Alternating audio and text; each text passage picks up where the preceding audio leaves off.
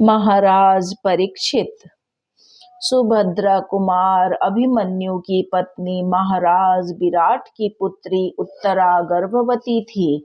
उनके उदर में कौरव एवं पांडवों का एकमात्र वंशधर था। अश्वत्थामा ने उस गर्भस्थ बालक का विनाश करने के लिए ब्रह्मास्त्र का प्रयोग किया। भय विह्वल उत्तरा भगवान श्री कृष्ण की शरण में गई। भगवान ने उसे अभय दान दिया और बल की रक्षा के लिए वे सूक्ष्म रूप से उत्तरा के गर्भ में स्वयं पहुंच गए। गर्भस्थ शिशु ने देखा कि एक प्रचंड तेज चारों ओर से समुद्र की भांति उमड़ता हुआ उसे भस्म करने आ रहा है। उसी समय बालक ने अंगूठे के बराबर ज्योतिर्मय भगवान को अपने पास देखा। भगवान अपने कमल नेत्रों से बालक को स्नेह पूर्वक देख रहे थे। उनके सुंदर श्याम वर्ण पीतांबर की अद्भुत शोभा थी। मुकुट, कुंडल, अंगद, किंकणी, प्रवृत्ति, मणिमय आभरण, सुंदर श्याम वर्ण पर पीतांबर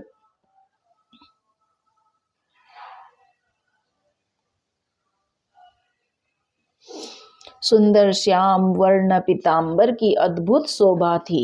मुकुट, कुंडल, अंगद, किंकणी प्रभृति मणिमय आभरण उन्होंने धारण कर रखे थे। उनके 4 भुजाएं थी और उनमें शंख, चक्र, गदा, पद्म थे।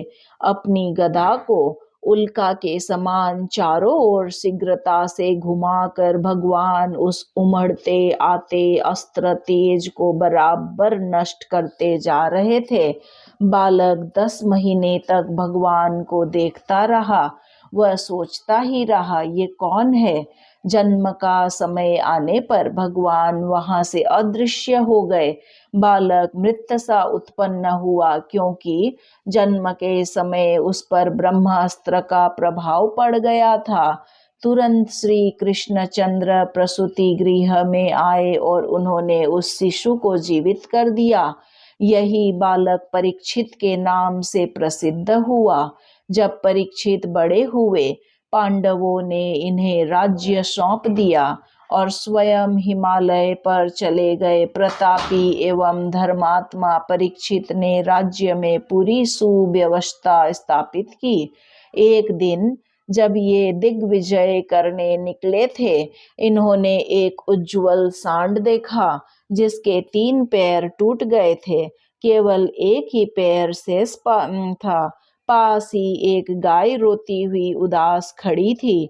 एक काले रंग का शूद्र राजाओं की भांति मुकुट पहने हाथ में डंडा लिए गाय और बैल को पीट रहा था। यह जानने पर कि गौ पृथ्वी देवी है और वृषभ साक्षात धर्म है तथा यह कलयुग शूद्र बनकर उन्हें ताड़ना दे रहा है, परीक्षित ने उस शूद्र को मारने के लिए तलवार खींच ली। शूद्र ने अपना मुकुट उतार दिया और वह परीक्षित के पैरों पर गिर पड़ा। महाराज ने कहा, कली, तुम मेरे राज्य में मत रहो। तुम जहाँ रहते हो वहाँ असत्य, दंभ, छल, कपट आदि अधर्म रहते हैं। कली ने प्रार्थना की, आप तो चक्रवर्ती सम्राट है, अतः मैं कहाँ रहूं? यह आप ही मुझे बता दे। मैं कभी आपकी आज्ञा नहीं तोड़ूंगा। परीक्षित ने कली को रहने के लिए जुआ, शराब, स्त्री, हिंसा रूप स्थान बताए। ये कली के निवास है। इनसे प्रत्येक कल्याण कामी को बचना चाहिए। कली ने पुनः कहा, राजन, आपने मुझे जो स्थान दिए वे सब निष्कृष्ट कोटि के हैं, अतः मुझे कोई अच्छा स्थान भी दीजिए। इस पर राजा ने उसे सुवर्ण में रहने के लिए कहा। सुवर्ण में रहने के लिए कहा। एक दिन आखेट करते हुए परीक्षित वन में भटक गए। भूख और प्यास से व्याकुल वे एक ऋषि के आश्रम में पहुंचे। ऋषि उस समय ध्यानस्थ थे। राजा ने उनसे जल मांगा, पुकारा, पर ऋषि को कुछ पता नहीं लगा। इसी समय कली ने राजा पर अपना प्रभाव जमाया। उन्हें लगा कि जानबूझकर ये मुनि मेरा अपमान कर रहे हैं।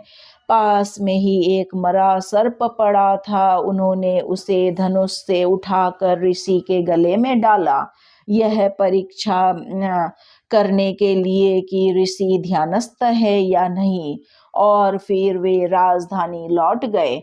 बालकों के साथ खेलते हुए उन ऋषि के तेजस्वी पुत्र ने जब ये समाचार पाया तब शाप दे दिया, इस दुष्ट राजा को आज के 7वें दिन तक्षक काट लेगा। उस समय वे भीमसेन द्वारा विजित मगधराज जरासंध स्वर्ण मुकुट सिर पर धारण किए थे, उसमें कली का वास हो गया था। इसीलिए उनसे यह अकरणीय कृत्य हो गया था।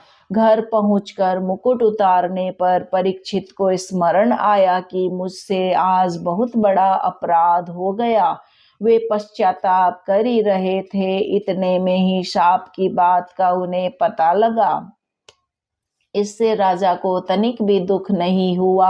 अपने पुत्र जनमेजय को राज्य देकर वे गंगा तट पर जा बैठे।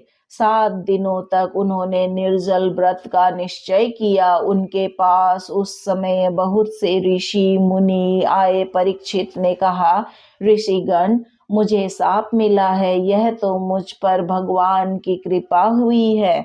मैं विषय भोगों में आसक्त हो रहा था। दयामय भगवान ने शाप के बहाने मुझे उनसे अलग कर दिया है। अब आप मुझे भगवान का पावन चरित्र सुनाइए। उसी समय वहां घूमते हुए श्री सुखदेव जी पहुंच गए। परीक्षित ने उनका पूजन किया। उनके पूछने पर सुखदेव जी ने 7 दिनों में उन्हें पूरे श्रीमद् भागवत का उपदेश किया। अंत में परीक्षित ने अपना चित्त भगवान में लगा दिया। तक्षक ने आकर उन्हें काटा और उसके बीच से उनकी देह भस्म हो गई, पर वे तो पहले ही शरीर से ऊपर उठ चुके थे। उनको इस सब का पता तक नहीं चला। श्रीमन्नारायण नारायण नारायण, भजमन हरि नारायण नारायण नारायण।